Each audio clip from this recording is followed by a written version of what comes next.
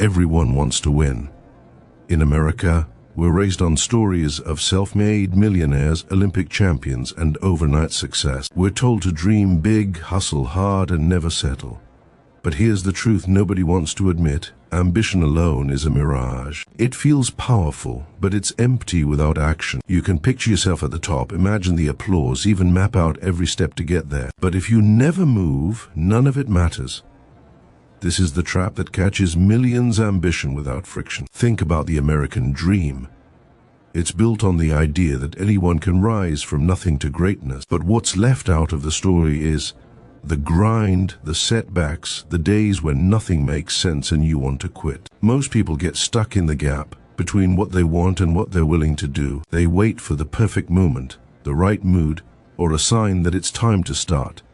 That moment never comes. The gap just gets wider. Here's where the illusion gets dangerous. We start to believe that if we're not moving, it's because we're lazy or broken. But laziness isn't a character flaw, it's a signal. It's your mind's way of saying this path doesn't make sense yet. The real problem isn't ambition or laziness. It's the empty space between them, where action dies and regret grows. Look at the history of American innovation. The Wright brothers didn't just dream of flying, they crashed, rebuilt, and tried again, facing ridicule and failure at every turn. Thomas Edison didn't invent the light bulb in a flash of genius. He failed thousands of times, each mistake sharpening his process. They didn't wait for motivation. They used friction, the resistance, the setbacks, the hard days to get sharper, tougher, and more relentless. You are the blade. The work is the stone. Every time you avoid the grind, you dull your own edge. Every time you wait for things to get easier, you lose another day to the illusion. The truth is, ambition should feel heavy. Progress should feel uncomfortable. That's how you know you're moving. The only way to close the gap is to step into the friction, to let the struggle shape you, and to stop waiting for the perfect moment. Because in the real world, the only thing that matters is what you do next. And that's where the story really begins. We're obsessed with motivation. In America, we celebrate the pep talk, the locker room speech, the viral video that promises to light a fire under you. But here's the uncomfortable truth. Motivation is a sugar rush. It spikes, then crashes. It's the reason New Year's resolutions fill gyms in January and empty them by February. If motivation was all it took, every American would be living their dream life. But look around, most people are stuck, not because they don't want it, but because they're relying on a feeling that never lasts. That's where Kaizen comes in. Kaizen isn't about hype. It's not about waiting for inspiration to strike. The word comes from Japan, but the method is universal, continuous, relentless improvement, one small step at a time. After World War II, American experts like W. Edwards Deming brought the ideas to Japanese factories, helping rebuild a nation from the ground up. The secret wasn't a single breakthrough. It was a system, a structure that made progress automatic, not optional. Think about the American assembly line. Henry Ford didn't invent the car, but he changed the world by perfecting the process. He broke down the impossible into the manageable, turning chaos into order. Every day the line moved forward, piece by piece, car by car. It wasn't glamorous, it wasn't dramatic, but it was unstoppable. That's the power of a system. When you build a structure that supports your goals, you don't have to wake up every morning and ask, do I feel like working today? The system makes the decision for you. Kaizen is the architecture beneath every American success story you admire. It's the reason athletes show up to practice when nobody's watching. It's the reason entrepreneurs keep refining their product even after 100 rejections. It's the reason soldiers drill the basics until they're automatic. Motivation is whether it changes with the wind, but a method, a system, is the foundation. It holds steady when everything else falls apart. If you're waiting for motivation, you're gambling with your future. But if you build a method, you're stacking the odds in your favor. The real winners in American history weren't the most inspired, they were the most consistent. They built habits, routines, and systems that made progress inevitable. Kaizen doesn't care how you feel. It only cares that you move, even if it's just 1 inch forward. That's how revolutions are built, not in a single leap, but in 1,000 small steps, repeated until the world can't ignore you anymore. We love big promises in America. We set massive goals, make bold declarations, and tell ourselves that tomorrow will be different. I'll wake up at 5 a.m. and run 5 miles. I'll write a novel this year. I'll launch a business and change my life. But here's the reality. The bigger the commitment, the more likely it is to collapse under its own weight. The mind sees the mountain and freezes. The heart wants to leap, but the body refuses to move. This is where most dreams die, not from lack of ambition, but from the crushing pressure of trying to do too much too soon. History proves it. Think about the Apollo missions. America didn't land on the moon by making one giant leap. It started with a single step, a small rocket, a short flight, a test that barely left the ground. Each mission built on the last, each failure taught a lesson, each success was just a slightly bigger step. The moon landing wasn't a miracle. It was the result of thousands of micro-commitments, each one so small it was almost impossible to fail. That's how you build momentum. That's how you make the impossible inevitable. Micro-commitment is the antidote to overwhelm. It's the art of shrinking your promise until it's too small to resist. You don't commit to writing a book, you commit to writing one sentence. You don't commit to running a marathon, you commit to putting on your shoes. You don't commit to transforming your life, you commit to showing up for 5 minutes, no matter what. The smaller the step, the less room there is for excuses. The mind can't argue with a task that takes 60 seconds. The body can't rebel against a movement that barely registers as effort. This principle is woven into the fabric of American progress.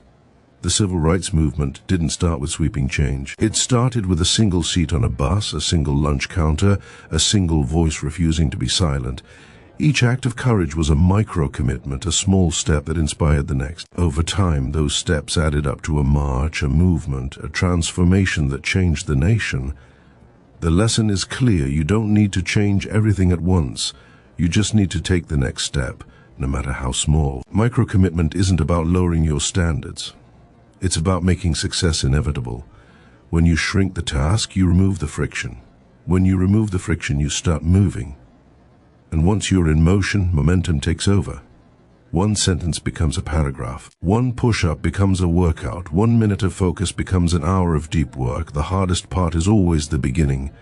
Micro-commitment makes the beginning so easy you can't help but start. So, if you're stuck, don't look for a breakthrough. Don't wait for a surge of motivation. Make your commitment so small that failure isn't even an option. That's how the greatest achievements in American history were built, not in a single day, but in 1,000 tiny steps, each one leading to the next. The journey doesn't start with a leap. It starts with a single, undeniable move forward. Take it.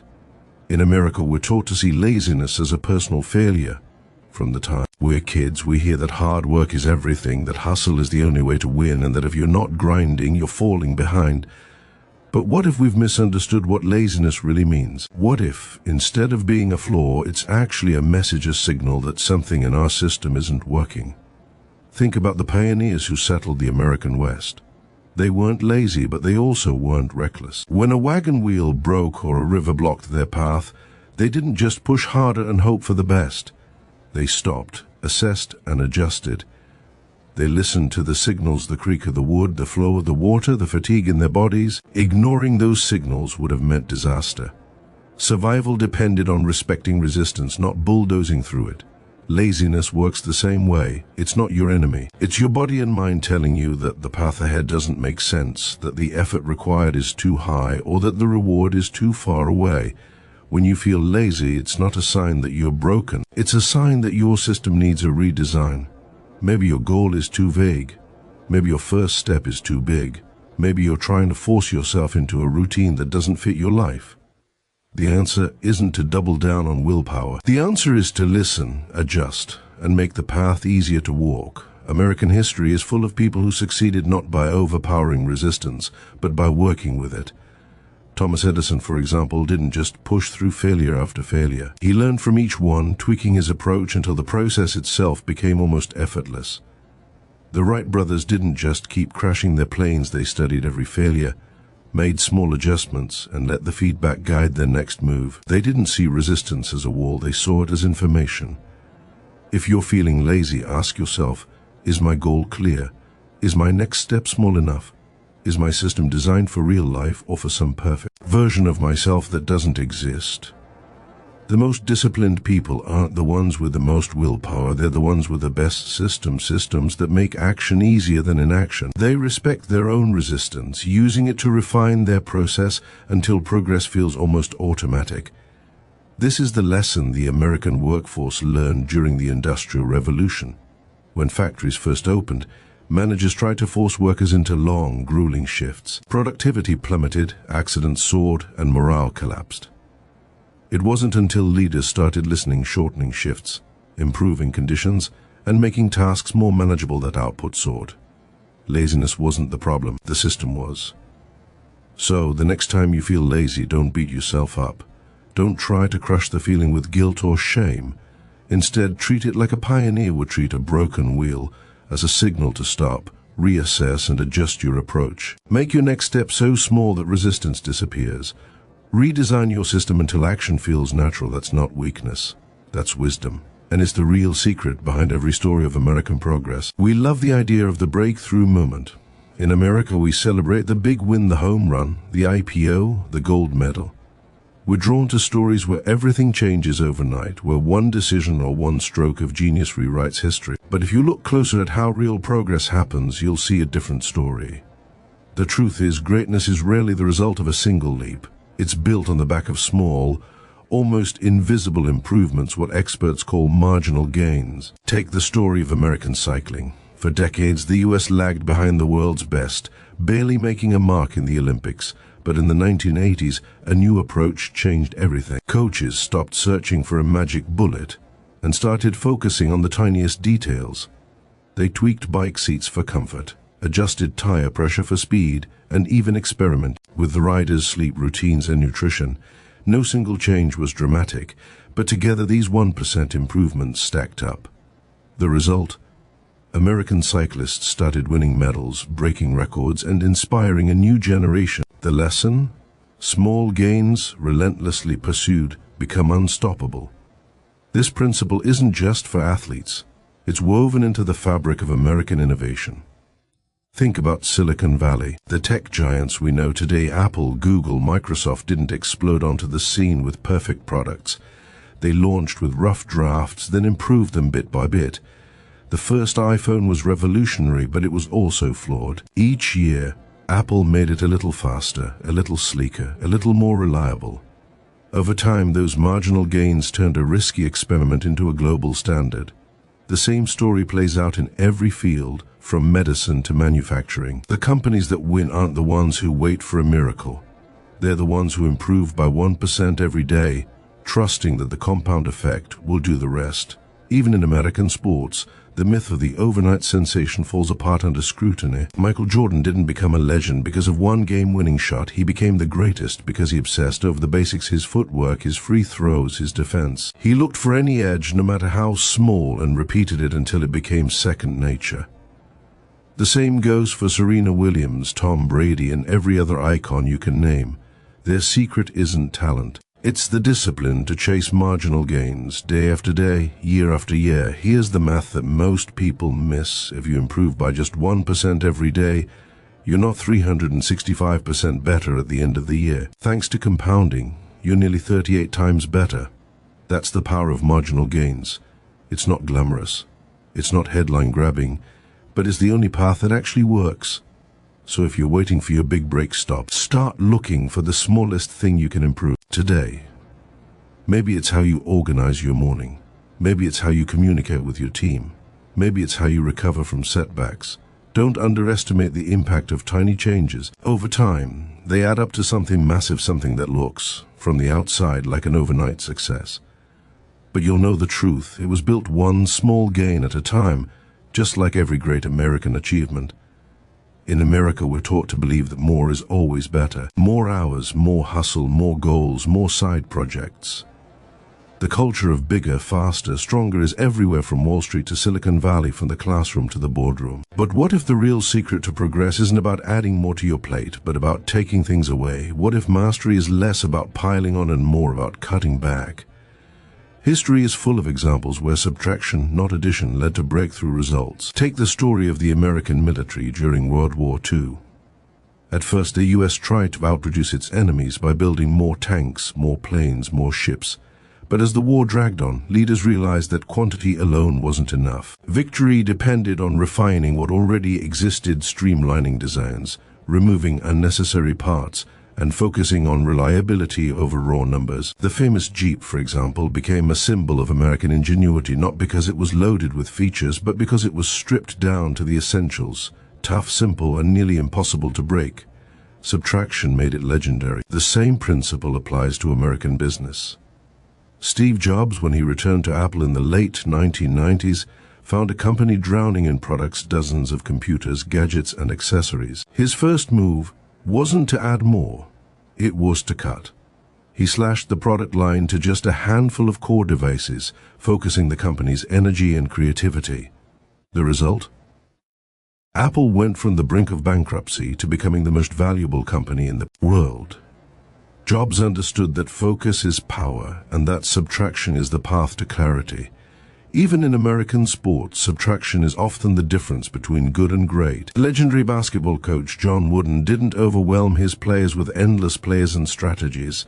Instead, he drilled the basics: passing, dribbling, defense over and over, removing anything that didn't serve the team's core mission. His teams won more NCAA championships than anyone in history, not because they did more, but because they did less, better. So why do we resist subtraction? Because it feels like giving up. We're afraid that if we do less, we'll fall behind. But the truth is, clutter kills progress. When you chase too many goals, you end up achieving none. When you try to build 10 habits at once, you master nothing. The mind shuts down in the face of overwhelm, and laziness takes over, not because you're weak, but because your system is overloaded. Kaizen, the art of continuous improvement, isn't just about adding new routines. It's about refining what matters and letting go of what doesn't. Ask yourself, what can I remove from my day that's just noise? What goal am I chasing that isn't really mine? What habit am I forcing that doesn't fit my life? Subtraction isn't laziness, it's wisdom. It's the discipline to focus on one thing, to go deep instead of wide, to master the essentials and ignore the rest. The most successful Americans, from inventors to athletes to entrepreneurs, have all learned this lesson. They don't try to do everything. They choose what matters most, and they cut the rest. That's how you build something that lasts, not by stacking more and more on top, but by stripping away until only the strongest foundation remains. So, if you're feeling stuck, don't ask what you can add. Ask what you can subtract. Clear the clutter. Focus your energy. Master the basics. That's how real progress happens, not in the chaos of addition, but in the clarity of subtraction. In the United States, we're drawn to the myth of the all-nighter, the underdog who pulls off a miracle, the athlete who pushes past the pain for one glorious win. We love the drama of intensity, the idea that a single burst of effort can change everything. But if you look at the real stories behind American greatness, you'll find a different pattern. The people who make history aren't the ones who burn the brightest for a moment. They're the ones who show up, day after day, long after the spotlight fades. Consider the story of Cal Ripken Jr., the Iron Man of baseball. He didn't break records by hitting the most home runs or stealing the most bases. He became a legend by playing 2,632 consecutive games, showing up for his team every single day for more than 16 years. No drama, no shortcuts, just relentless consistency. His streak wasn't built on intensity, but on a quiet, unbreakable commitment to the basics. That's what made him unstoppable.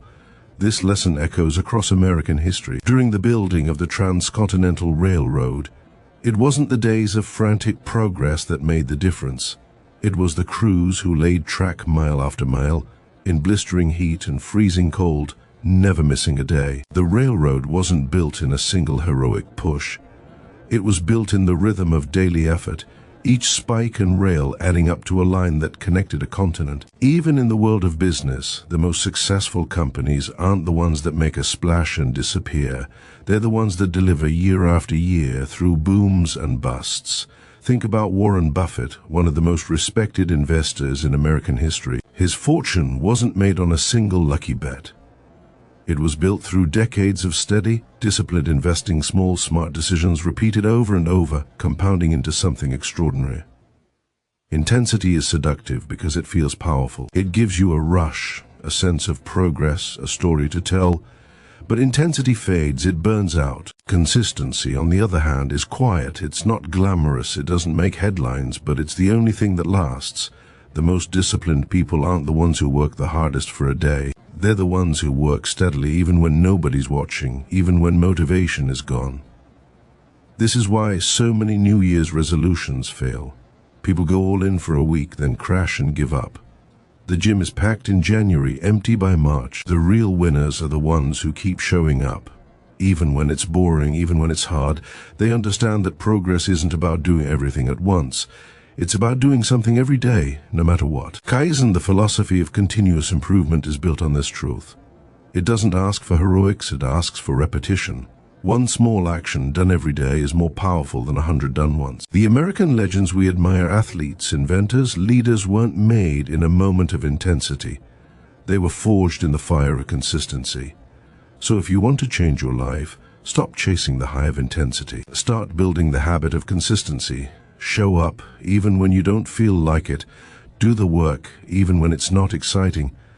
Over time, those small, steady efforts will add up to something massive. That's how you build a legacy, not in a single burst, but in the quiet, relentless rhythm of showing up day after day until the world can't ignore you anymore. In America, we're surrounded by the promise of shortcuts. Every day, we're bombarded with ads for get-rich-quick schemes, overnight success stories, and life hacks that claim to deliver results without the grind. It's tempting to believe that there's a secret path, a hidden door that only the lucky or the clever can find. But if you look at the real stories of American achievement, you'll see that the shortcut is a myth. The only path that leads anywhere worth going is the long one. Think about the pioneers who crossed the continent in covered wagons. There was no express route, no easy way through the mountains or across the plains. Every mile was earned with sweat, patience, and relentless determination. Some tried to take shortcuts, risky trails that promised to shave off weeks of travel. Most of those shortcuts ended in disaster. The survivors were the ones who accepted the journey for what it was: long, hard, and full of setbacks. They moved forward anyway, one day at a time, until they reached their destination. This lesson is woven into the fabric of American progress. The civil rights movement didn't win equality with a single march or a single speech. It was a struggle that stretched across decades, built on the courage of ordinary people who refused to give up. Rosa Parks didn't change history by looking for a shortcut. She took a stand, endured the consequences, and inspired others to do the same. Martin Luther King Jr. didn't promise quick fixes. He called for the long and bitter but beautiful struggle for a new world. Real change, real mastery, real progress, they all demand the long path. Even in business, the myth of the shortcut falls apart. Amazon, now one of the world's most powerful companies, started in a garage. For years, Jeff Bezos and his team worked long hours packing boxes by hand, reinvesting every dollar, and enduring setback after setback. There was no hack, no secret formula, just a relentless commitment to improvement, day after day, year after year. The same is true for every American icon you can name. The Wright brothers, Thomas Edison, Oprah Winfrey, none of them found a shortcut. They walked the long path, and that's why their achievements lasted. The long path isn't glamorous. It doesn't promise instant results or viral fame. It asks for patience, resilience, and a willingness to keep going when progress is invisible. But here's the truth. The long path is the only path that works. Every shortcut is a detour that leads you further from your goal. Every hack is a distraction that steals your focus. The people who win are the ones who accept the journey, who show up every day, who trust that small steps will add up to something extraordinary. Kaizen, the philosophy of continuous improvement, is built for the long path. It doesn't promise speed. It promises inevitability. If you improve by just 1% every day, you won't see a transformation overnight. But give it a year, 5 years, a decade, and you'll look back and realize you've traveled farther than you ever imagined. The long path is slow, but it's steady. It's hard, but it's honest. And it's the only way to build something that lasts. So if you're tired of chasing shortcuts that lead nowhere, stop. Embrace the long path. Accept that mastery, discipline, and greatness are earned, not given. Take the next step, no matter how small, and keep moving forward. The journey will test you, but it will also transform you. In the end, you won't just reach your goal, you'll become the kind of person who never needed a shortcut in the first place. That's the real American story. And it's yours to write, one step at a time.